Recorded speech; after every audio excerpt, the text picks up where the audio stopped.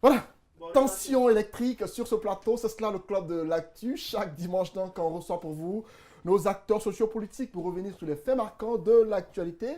Ce soir, on parle de l'accord politique trouvé récemment entre acteurs politiques. Et ne soyez pas surpris donc de ces différentes réactions sur ce plateau. On poursuit avec vous, Ahmed Sékou Traoré, parlant toujours de l'accord trouvé entre partis politiques. Apparemment, vous n'êtes toujours pas d'accord avec l'entente trouvée entre les acteurs politiques. Vous avez eu les premiers résultats déjà à Guiasso. Vous avez d'autres déjà à Kindia. C'est que nous avons toujours dénoncé. Vous verrez la réaction des citoyens.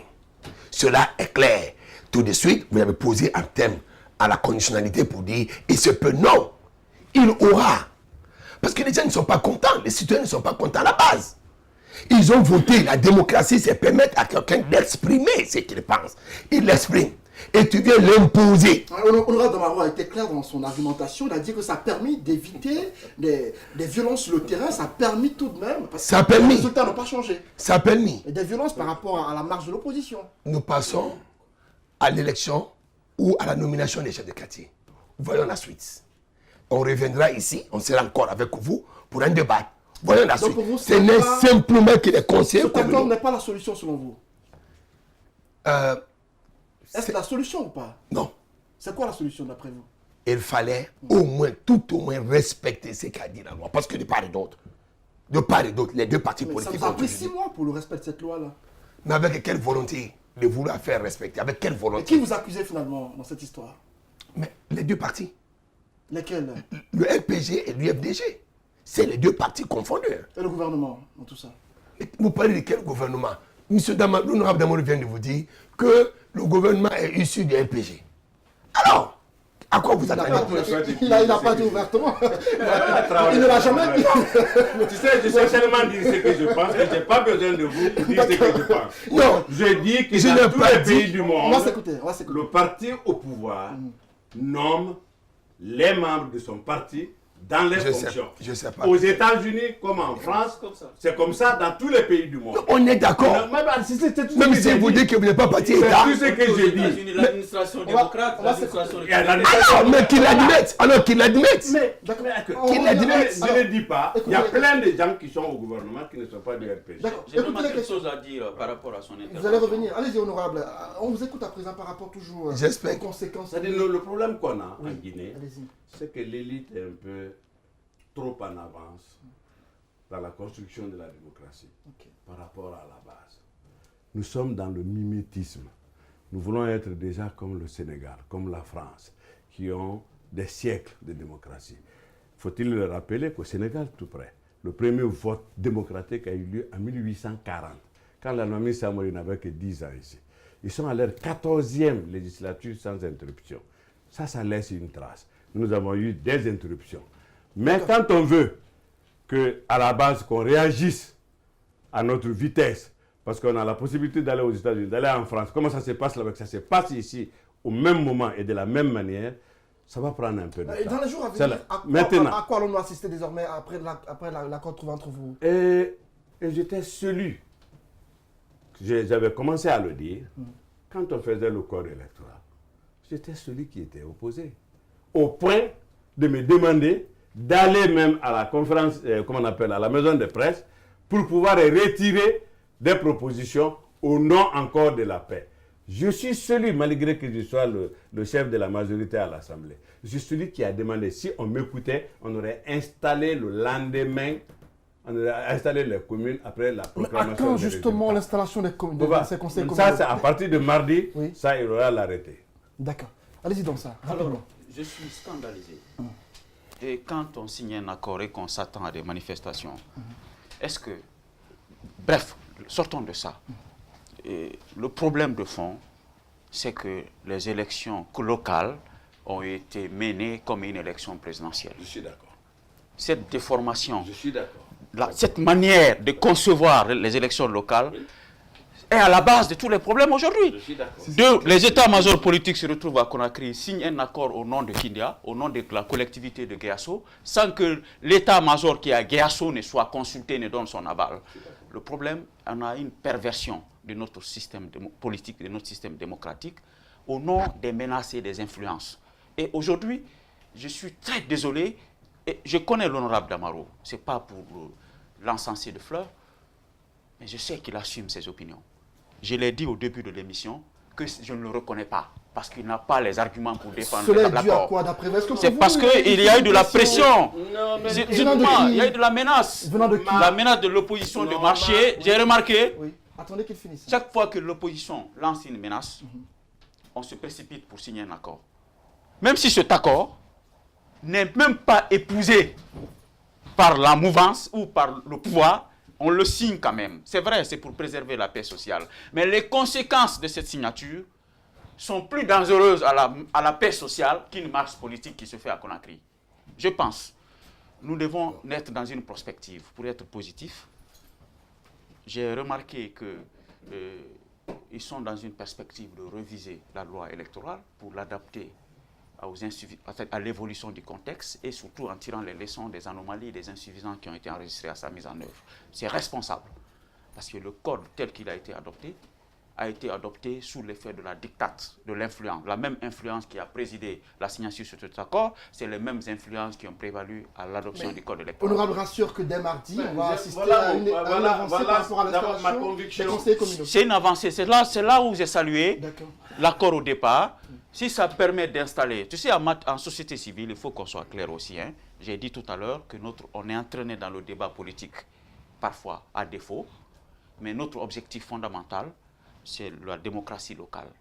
Parce que nous estimons que le problème de la Guinée aujourd'hui, l'un des obstacles qui mine son développement, c'est parce qu'il n'y a pas de démocratie à la base. Il a dit qu'il y a un décalage entre l'élite nationale et les citoyens. Et pour le régler, il faut commencer l'apprentissage de la démocratie à la base. En cela, c'est une avancée, mais les conséquences seront énormes par rapport à cet accord. Parlant de conséquences, on parle de conséquences sur le calendrier électoral avec les élections législatives et celles présidentielles sur lesquelles ces accords-là ou encore le retard accusé pour l'installation de ces conseils communaux va avoir une conséquence. Bon, est-ce que vous y croyez? D'abord, je vais dire que je suis le parent pauvre dans ce débat-là. Pas du tout, honorable. Mais je vais dire clairement, à mon avis, il n'y a pas... on doit assumer. En fait, j'ai toujours dit que c'est le code électoral qui nous a posé le problème. Et ici, je vais souligner aussi que les juges qui ont déclaré vainqueurs les partis politiques, ceux-là qui ont mal géré leurs communes, ont posé des problèmes. Ils doivent se rendre compte aujourd'hui, si nous avons ce blocus dans ce pays, ils en font partie. Les magistrats. Vous comprenez? Parce qu'ils n'ont pas donné les vrais résultats. Il faut reconnaître cela. Maintenant que nous sommes passés à l'étape de ces élections, aujourd'hui, il y a un consensus qui est possible. Vous voyez? Il suffit de faire une bonne sensibilisation. Les partis politiques, que ce soit de l'opposition ou de la mouvance, peuvent s'entendre pour quand même qu'on installe rapidement les exécutifs communaux. L'objectif de l'UFR, c'est aussi de faire en sorte que, à l'avenir, qu'on dépolitise un peu la base politique, en fait, au niveau des quartiers et des trucs. Ça a été notre combat. Et c'est d'ailleurs par rapport à ça que nous nous sommes levés contre le code électoral au niveau des quartiers. Le citoyen aujourd'hui en Guinée, tout le monde est devenu politique. De la base au sommet. Et c'est très dangereux pour un pays que nous voulons se voir se développer. Donc, pour parler des élections législatives, rien n'empêche que les élections législatives se tiennent. Je vous informe. Le mandat de nos députés prend fin cette année. Je vous informe que c'est une élection nationale. Et quand, à terme, on n'arrive pas à le faire, avant, on pouvait le faire parce qu'il n'y avait pas de conseil constitutionnel. Aujourd'hui, il y a quelqu'un qui veille à la constitutionnalité de nos institutions. Et on est obligé de nous adapter et de respecter cela. Si, à date, les législateurs, l'Assemblée, c'est-à-dire l'État n'organise pas les élections pour remplacer les députés, il est dans son droit de signer un holà. Et de demander à ce que les députés ne sont plus dans les droits. Et en ce moment... que la société civile prenne votre... Non, pas ça. En ce moment, le président qui continuera à gérer le pays, mais gérera le pays avec ordonnance. Et ce n'est pas possible. D'accord. Voilà. Allez-y, Ahmed Sékou Traoré, pour finir, parce qu'on parlait tantôt des forces sociales de Guinée. On va enchaîner les questions avec vous. La crise sociale en cours, le syndicat qui a trouvé un accord avec le gouvernement. Ils acceptent les 10 000 francs guinéens avec des conditions de 10 millions comme salaire à tous les secteurs, publics comme privés. Vous avez parlé, vous avez honorable rire. Ouais. C'est dire que ce n'est pas... D'abord, il faut dire que Mais il y a- les forces il y a sociales une convention entre vous, il faut le a rappeler. signé une convention de Ouais. partenariat avec Le syndicat. le syndicat. Le point, c'est autour de 8 000 francs. Et jusque-là, le syndicat reste droit dans ses bottes. Ça, je vous Lequel le des dis. syndicats? Mais l'intersyndical. Non, mais le L'intersyndicale porte-parole syndical. lui-même, Mamadou Mansaré, Non, mais a écoutez, dit ouvertement qu'ils écoutez, acceptent les 10 000. C'est des à la moyens, c'est les moyens de pression. Lesquels moyens? Les 10 Dire, millions non, mais écoutez, nous exigeons. sont-ils 8 réalistes? millions. Ah non, mais c'est des Mais moyens. est-ce que les 10 millions sont réalistes, selon Mais vous? le syndicat, c'est la Mais négociation. comment est-ce Après, ils pourront qu'on peut négocier peut-être. imposer au secteur privé de payer 10 millions à à ses travailleurs, également au secteur Et public? si c'est un moyen Ouais. pour le syndicat d'amener l'État à revenir, à revoir le prix 10 millions à 8 Dites-moi millions. alors, en quoi ce moyen est-il salutaire? En quoi est-il efficace? On a besoin, parce que notre État que vous connaissez, ils ne connaissent que le rapport de force. Ok. Et aujourd'hui, nous avons des difficultés à mobiliser nos citoyens par rapport à tout ce que vous connaissez en termes de corruption, en termes de pression et politique, etc.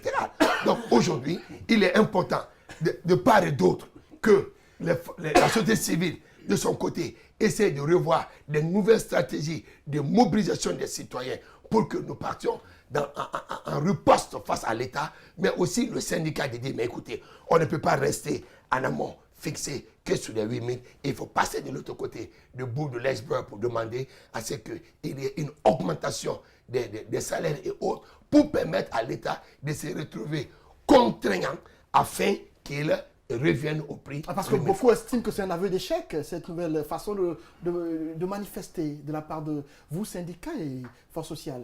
En quoi? Le fait de dire clairement qu'il faut qu'on paye désormais 10 millions comme salaire. Mais si l'État peut le payer, Oui, d'accord. alors, On va tant voir. mieux. Ouais, Mais nous on va pensons voir. que Oui. c'est une manière coercitive. D'accord.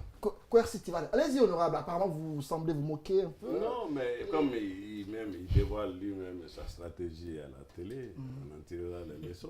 C'est Mais que une façon dites-vous de de faire cette pression. façon- C'est du c'est ça. populisme. D'accord. D'abord, quand on dit les fonctionnaires sont hiérarchisés. On ne peut pas ajouter 10 millions de salaires du planton au plus haut de la hiérarchie. Parler de 10 millions, c'est ce qu'on appelle même du mauvais populisme, c'est-à-dire que ça fait réellement sourire. On dirait qu'ils ne savent pas dans quel pays ils vivent. Ils ne connaissent pas le pays dans lequel ils vivent. Et ensuite, il y a un minimum qu'ils doivent comprendre. C'est que les Guinéens n'ont pas les ressources, même de ses besoins, à plus forte raison de ses désirs. Il y a un certain nombre d'indicateurs. Quand la masse salariale dépasse les 5% du PIB, vous n'avez plus d'argent venant de l'extérieur. Rien que ça. Si la dette aussi atteint un certain niveau, vous n'avez plus d'argent qui arrive. Il n'y a pas de ressources internes pour faire nos routes, nos ponts, etc. etc. J'avoue qu'il reste à faire pour mobiliser de l'intérieur. Je suis économiste et banquier, je connais de quoi je parle. J'ai été directeur. Mais attendez, il y a des effets d'annonce. On a reçu. Ah bon, vous le connaissez. Mais attendez, On ne va pas faire de débat voilà, autour de voilà, ça. Attendez qu'il finisse s'il ça vous plaît. rapidement, allez-y. Quand on dit je vous donne 20 milliards, la condition c'est quoi? Préparez-moi des projets Bancable. bancables réalisables par des sociétés chinoises. Alors c'est comme ça que ça commence. Et ils ont eu tellement confiance qu'on a réalisé à peu près 50% de ce appétit avant qu'on envoie la convention même à l'Assemblée. Écoutez, moi, Je dis bien, ce n'est pas un accord trouvé. D'accord. L'annonce faite alors. alors, s'il faut parler de l'annonce, je pense que le syndicat est en toute autonomie, n'est-ce pas, de revoir sa stratégie de communication ou ses clauses de négociation avec le gouvernement. Personnellement, au niveau de la société civile et des forces sociales, je ne commente pas ça. Ce qui reste clair, il y a un accord qui lie les syndicats aux forces sociales. Cet accord n'est pas encore abrogé, mais si le syndicat pose déjà un discours initial pour parler de renoncer à 10 000 et de demander à 10 millions de salaire, je pense que c'est de la communication et on va se retrouver... Êtes-vous d'accord ou pas avec... Mais écoutez, je n'ai pas d'accord à donner sur une décision prise sans moi. D'accord. Je n'ai pas d'accord. Rapidement, en 30 Moi, tout secondes. ce que je veux dire, c'est que je crois qu'il faut consulter. Il n'y a pas réellement de débat ici, dans ce pays. Je crois que nous avons des enseignants-chercheurs qui doivent réfléchir sur la façon dont on doit évoluer à chaque fois que des problèmes se posent. Et je demanderai aux entités, la société civile, aux syndicats, d'approcher les cadres parce qu'on a un problème de société réel. Parce qu'il y a des annonces qui peuvent paraître hallucinant. Moi, ce que je propose aux syndicalistes, c'est de faire de l'alerte avant de commencer à revendiquer. Et la société civile, la même chose. C'est-à-dire que nous constatons qu'il y a des cadres de ce pays qui s'enrichissent au dos du pays. Et ils ne font jamais de l'annonce, de dénonciation. Si. Avant que... Non, laissez-moi finir. Avant même de faire le chef de la l'État, réaction. Au jour d'aujourd'hui, il y a des possibilités qu'on peut trouver dans ce pays. L'Assemblée a commencé d'ailleurs en 2016.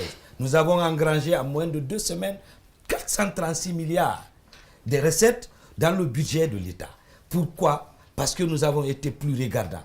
Mais c'est le rôle de tous les jours de la société civile et les syndicats. Avant de revendiquer 10 millions, ils doivent d'abord se projeter pour demander comment l'État est en train d'utiliser l'argent des contribuables. On va clore avec vous. m'assumer. Attendez, mais écoutez la question tout de même. On va clore avec vous, M. Ahmed Sékou Traoré. Comment se portent les forces sociales? Parce qu'il y a eu beaucoup de remous. Ces derniers temps, on parle de 40 millions par-ci, 20 millions par-là. Est-ce que votre état de santé est normal? Je dirais que non, pas de commentaires autour de ce qui n'est pas officiel aux forces sociales. Des individus non connus ou vulgaires peuvent agir. Ce sont des membres de votre force qui ont fait la déclaration. Des individus vulgaires peuvent agir d'une manière, mais ce qui reste clair, les forces sociales, nous sommes très tranquilles. Les forces sociales, nous continuons notre lutte. Les forces sociales, vous avez suivi une conférence de presse conjointe avec le syndicat. Nous avons étalé notre agenda pour les semaines. Allez, rappelez-nous cet agenda-là. C'est quoi l'agenda? Parce que beaucoup estiment que vous n'avez plus assez de stratégie. Mais la grève est toujours illimitée, non? Puisque avec le syndicat, la grève est illimitée. Et de l'autre côté, nous avons un agenda. Tant mieux, nous démontrons notre service minimum, notre engagement, notre détermination. Vous pouvez me demander le syndicat par rapport à cela. De l'autre côté, l'agenda, la presse analyse déjà. Vous pouvez, non. Vous avez des journées que nous aurons. Nous aurons le 17, par exemple, de sitting devant l'Assemblée nationale. Parce qu'au moins, on les trouvera chez eux. On va aller chez lui. Voilà. On le fera. Et il y aura d'autres matchs pacifiques. Merci de me l'avoir annoncé. Il va aller à Damaro d'ici demain. Je suis du seul le 17 à Damaro. Ça c'est sûr, je vais pour faire la fête. Voilà comment s'achève donc cette émission, le club de l'actu qui recevait pour vous les acteurs sociopolitiques. Vous parlez de l'actualité sociopolitique. Merci à tous ceux qui l'ont suivi. C'est la meilleure émission de l'année. Au revoir.